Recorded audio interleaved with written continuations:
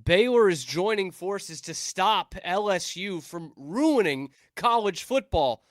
But this might be the Big 12's fault for even allowing this to happen.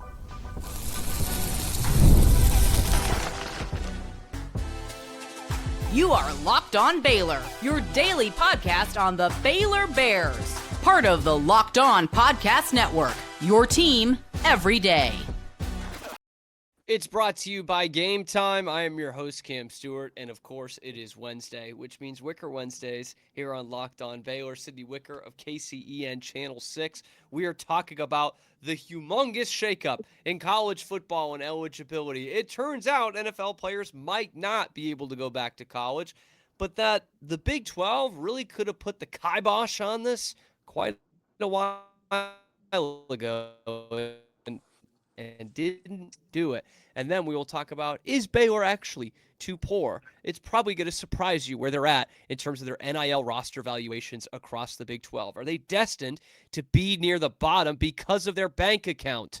All that and more coming up on this episode of Locked On Baylor. Sydney Wicker, I'm going to throw this question at you straight up, and we will talk about it. If a player goes from college to the NFL, just thinking logically, should that player be able to then go back to college? I mean, it doesn't really make sense why they would. All right.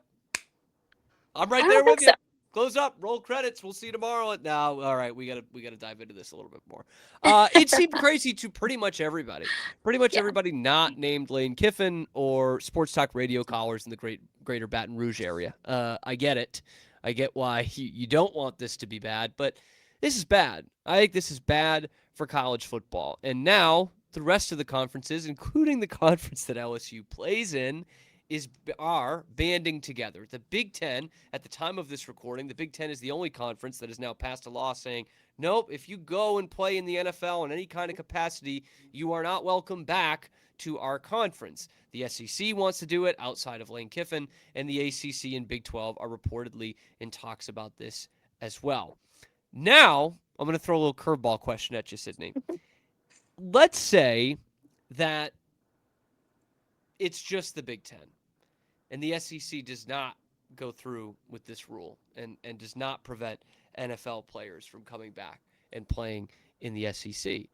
Should the Big 12 and ACC then reconsider what they're doing if the SEC is going to allow this to happen? Maybe. So as to say, like, Yeah. the Big Ten has stopped it, but if Yeah. the SEC is going to be able to do it, shouldn't we then be able to, we shouldn't corner ourselves and pigeonhole ourselves into not doing it? No, it's got to be all or nothing, pretty much, it kind of seems like. But I don't know. That's tough, Cam. That really is a curveball. That's where like we're in an arms race of conferences. Yeah. Like, if we're gonna take a moral stand, then I'm here for it. Like, I'm great. We just discussed we both don't want this to happen. We don't, as much as Baylor could probably use a couple NFL players. I just don't think this is right and good for college sports.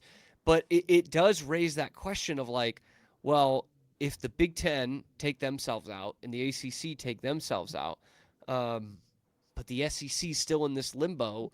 Should we just wait to see what the SEC does? It seems counterproductive to us trying to be different from the SEC, but we also got an arms race here. Yeah.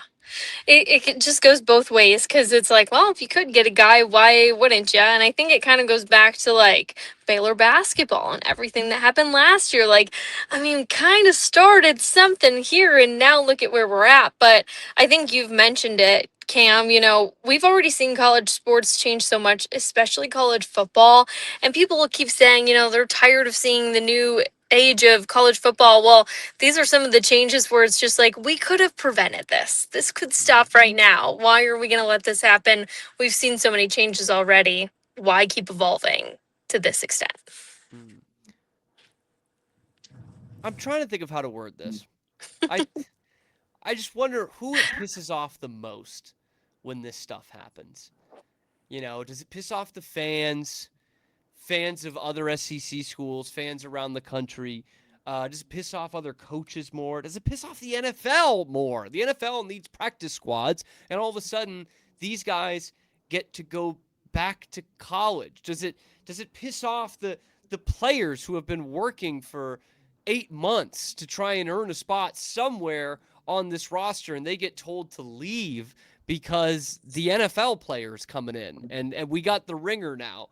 I just, this is such the antithesis of what college sports is supposed to be. I know it's professional and people get paid now, but we're taking away opportunity from people who are staying the course. We are now punishing them for staying the course and rewarding people who go and test the waters and don't like that they got cut. I mean, this really starts to impact the kids that are in high school trying to get on a team just to play college. We've already seen that. And I've heard from so many high school coaches before. It's like they're encouraging their kids just go the JUCO route to get in. And then hopefully you can go and play at a 4-year university after that. But right now, like a lot of these kids, because players are able to stay even for so much longer than we've seen before, get a 5th year or 6th year of eligibility.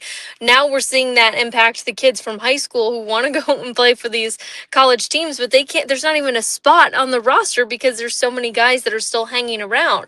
And then it limits those underdog stories. Where are those walk-on players? When are we giving those guys a chance? That's what college football is all about, and that's what we love to root for in this game. You're now taking that away when you're also continuing to just give all of these people another chance, which it's great to have another chance, and it's great to have, guys with veteran experience and professional experience to be able to have them on your roster. But that really just takes away from the possibility too of who could step up and taking away positions and opportunities for those guys as well. It's not unlike the American workforce in a lot of ways. It really isn't. These people coming out of college and you got an entry-level job that needs 5 years of experience. Like that is what we're headed towards in college football right now. I want to end with this part of it because I think the next aspect of it, which we'll cover in the next segment, is really fascinating to me. But do we think, again, at the time of this recording, this could be changing by the morning, by the time this comes out. The Big 12 has not agreed on anything. Neither is the ACC. It's just the Big 10 here. It feels like there is almost the fate of college football is in the hands of this here. Do you think the Big 12 goes through with it and blocks NFL players who get cut from a mini camp or cut from a training camp coming back and playing in their conference? I think they should. The morality, but whether Yeah. they will. Yeah, I was gonna say I think they should, but I don't think they will yet.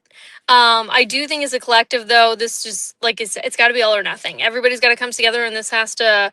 If you want it to be fair, like then there's got to be something that's set in stone. And I think that's what's been so frustrating lately about college sports is what are the rules here? What are we doing? And it feels like there's so many questions about what's supposed to happen now, and how do we move forward? And like we said earlier, it kind of goes back to like what we saw with basketball last season. Like, how do we do this? Is this okay? Are we sure that this is allowed? Okay, now what do we do? What's the steps moving forward? So do I think they will? No, but I do think they should. And it will be one of those where they got to be thinking like, in 5 years, are we going to regret doing this? Are we going to regret not giving ourselves a leg up? Or in 5 years, maybe it doesn't look that crazy. 5 years ago, I'm sure programs were saying, no, we never, ever, ever want to pay a player to come and play here. But now if you're not, you're losing. So it's very fascinating to keep an eye on. But what I think is most fascinating about this whole saga now is how the Big 12 could have prevented this from even happening if they had gone through with something earlier this summer. Lane Kiffin had himself a day at the podium, and it reveals Brett Yormark's shortcoming in this whole matter. That is coming up next on Locked On Baylor.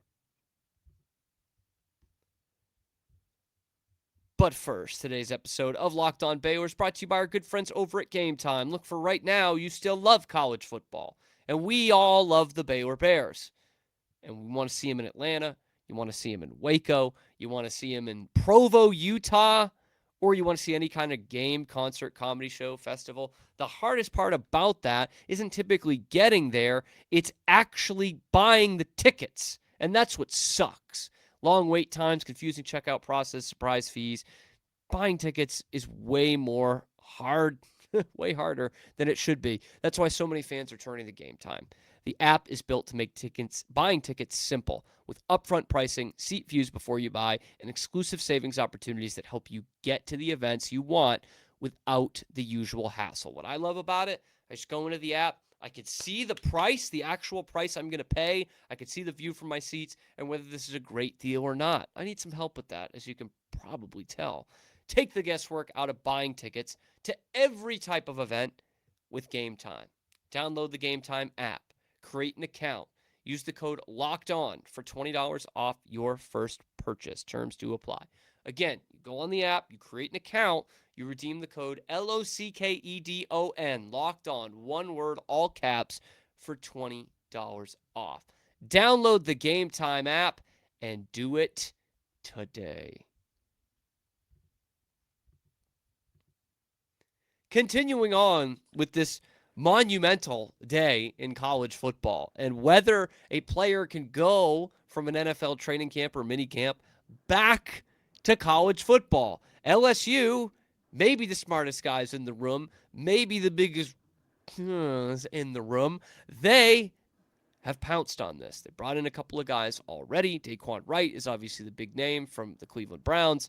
And Lane Kiffin has come out and spoken about what is now a major controversy since his conference and the other conferences don't want this to happen. Here is what Lane said today, and it's on the Pat McAfee show. I find this one very interesting. Lane Kiffin says conferences cannot pick and choose the court orders they want to follow after discussion on banning NFL players. Quote from Lane, quote, doesn't work like that. You can't decide, hey, I like that injunction. I don't like that one. That play I kind of like, and I like the way they got him eligible, so we're going to follow those rules and not these. And this is what makes me think of Brendan Sorsby. You'll remember, Sydney, a month or two ago, we talked about the proposed lawsuit against Texas Tech. And that lawsuit from the Big 12, which was egged on by Cody Campbell, basically said, yes, we can decide who is eligible to play in our conference. Right now, there's no real rule that says that. The NCAA announces eligibility and who can play on any given team. Not the Big 12, not the ACC, not the SEC, not the Big 10, or any of the other conferences in college football.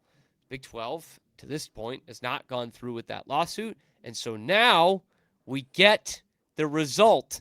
Lane Kiffin is right. He's correct here. Technically, there is nothing that says the SEC can decide who plays for LSU. So let me ask you this, Sydney. Does the Big 12 have to absorb some blame here by not sticking it to Tech earlier this summer and sending this thing to court? I mean, kind of. Like, it's all right there. And obviously, Kiffin is going to use this to his defense because everyone's pointing fingers, oh, Kiffin, oh, Kiffin. And let's be honest, Kiffin loves spotlight here. Somebody who covered Kiffin, we know that he likes to talk and he loves when the spotlight's on him. So if he can kind of make things look better or twist it around to be like, hey, I'm just doing what I can over here. Why not? Like, I mean, more power to Kiffin for pointing this out and being able to kind of point the fingers back at the Big 12 and be like, hey, listen, I'm just doing with what's okay. And it does remind me, of course, of the James Najee case, elephant in the room. You know, Baylor was really the first one to do this in basketball. And it's a very funny dichotomy looking at the two figures now. There's been, Will Wade has done it. Nate Oates has done it. But the two big stories, James Najee, Scott Drew, and now Daquan Wright, Lane Kiffin, LSU. Two very different personalities, two very different reputations when it comes to coaches. And I said initially, I don't like the James Najee thing, but it's tough for me to hate Scott Drew on this more than I hate the NCAA for allowing this to happen. You've covered Lane Kiffin. You mentioned it. He's a polarizing figure. Should we be looking at that the same way of, can't be mad at Lane as much as I'm mad at the NCAA for not getting their crap together? Yeah, I think that's really where you have to point fingers at, and that's really where the blame has to go. As frustrating as it is watching all of these changes happen, who's to blame here? Well, it's not really Lane Kiffin. It's not really Scott Drew. They're just thinking here and doing anything they can to help themselves out and to kind of give themselves the best shot they can. So for them, that's seeking these other opportunities and doing things that they think is necessary to make their teams better and stronger. And so they're saying, "Hey, NCAA, you can tell us not to do it. We'll listen, but you haven't said we can't. So why wouldn't we?" So it's just tough because, I remember us having this conversation months ago when we were talking about this with Baylor and with Alabama doing it with Bediako and all that. And it's just like, as much as you want to throw the frustration and the blame at the coaches, the real bad guy is the one who's above them. Absolutely, man. And where I'll give the basketball coaches, both Drew and Oates, kind of the benefit of the doubt, is it was in the middle of the season and they had a roster spot open. And where this gets a little nastier is what we were talking about in segment 1 of these players who are, bottom of the depth chart, right? Probably younger guys who have been working like like dogs the last couple of months to in the 100-degree heat to be a part of this team, get told a week and a half before, actually you're not part of this anymore. Kindly go play intramural football. Go play flag football or go somewhere else. That is where we, I think, are losing the plot of college sports, but it all comes back to this James Najee case. And it's not like we weren't privy to it at the time. I believe I used the term Pandora's box the day that it happened.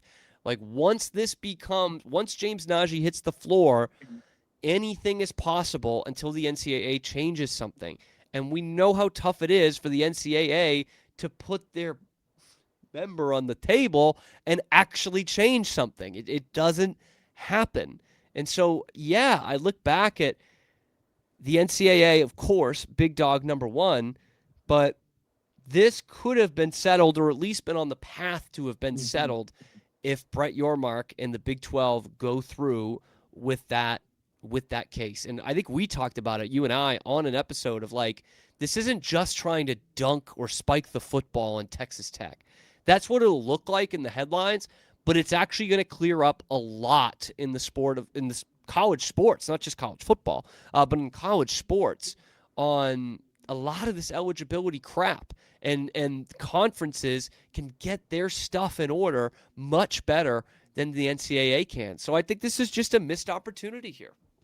It's going to suck because the book's got to be thrown at somebody, and somebody's got to do something that's just enough for the NCAA to throw the hammer down and to finally, like, stomp their foot and make things stop, I guess, in order to quit the spiral of this evolution and everything that we're seeing every 5 seconds. But it's somebody's gonna have to be a blame here, and it's gonna suck. But it's kind of like when you're in school and somebody gets in trouble, like you all have been passing notes, but then finally you get caught because you're the one that the teacher caught. Well, the teacher's got to catch somebody, and it's got to end somewhere in order for there to be discipline and rules and lessons to be learned from this. But until they throw that out there, till the teacher catches the note, like, this isn't going to stop. So something's got to happen. And I think what sucks too is that there's been missed opportunities for this to have stopped. Like, it didn't even have to get to this point. It could have stopped this summer with the Sorsby situation. It could have stopped during the basketball season. Like, there's so many opportunities when the NCAA could have voiced something and said something,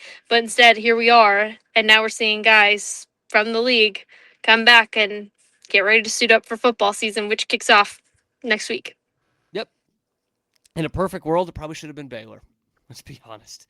You don't need to give him the death penalty. You just need to say, hey, James Najee can't play. You tried to pull a fast one. It's not going to work. We're not letting it happen. Probably should have been Baylor. But I will say this. There's only one school that's tried it in 2 different sports now, and that's LSU. So I get it. They haven't stopped them yet. They're okay being the villains when you look at who's employed at that university. Anyway, let us know what you think in the comments section below. Be sure to like the video, subscribe to the channel. When we come back, we're going to actually address the question, is Baylor too poor to compete in the Big 12? The answer, according to the valuations, maybe. That's next on Locked On Baylor.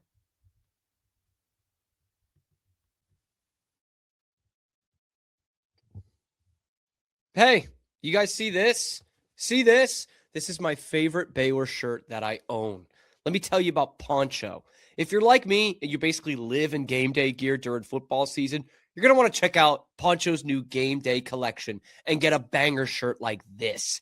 It's one of those things where it is a performance shirt, but it doesn't look like it. It actually looks pretty nice, clean, sharp, like something you'd actually want to wear all day long. Plus, you get to rep Baylor in style. And the best part is it's built for real life. Super lightweight, breathable, comfortable enough. You can throw it on for a full day of tailgating, sitting in the stadium, or just hanging out watching the game with your friends without ever feeling like you need to change. 90-degree day at a 2:30 kickoff in September. This is the one. November, a little 65 degrees, nice and cool. This is the one. And what I really like is you're not stuck with one-size-fits-all situations. Nuh-uh.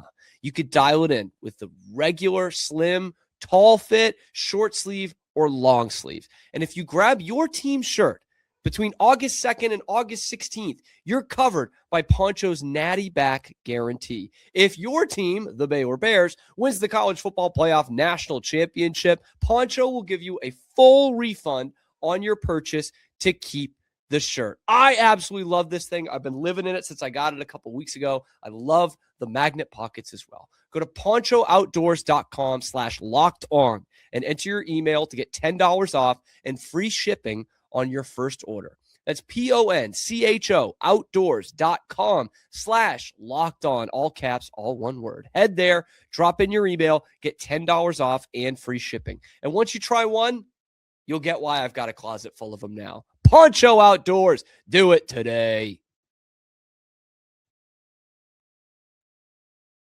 Is Baylor poor? It's a question that all Baylor fans want to know. And I have been banging the drum of, both with football and basketball, they're not as poor as you think. They can't play dirt poor. And there are other schools that are similar in size that are refusing to pay. And here's a great graphic. These are the valuations of the rosters of the 2026 Big 12 football teams. Now, let me say this before we dive into this. These are valuations, okay? We do not know what Baylor's is.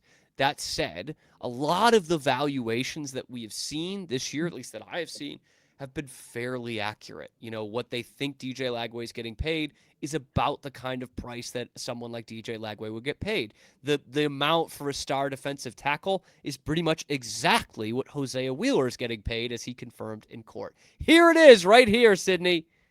It's going to cost you at least $20 million to get a good team.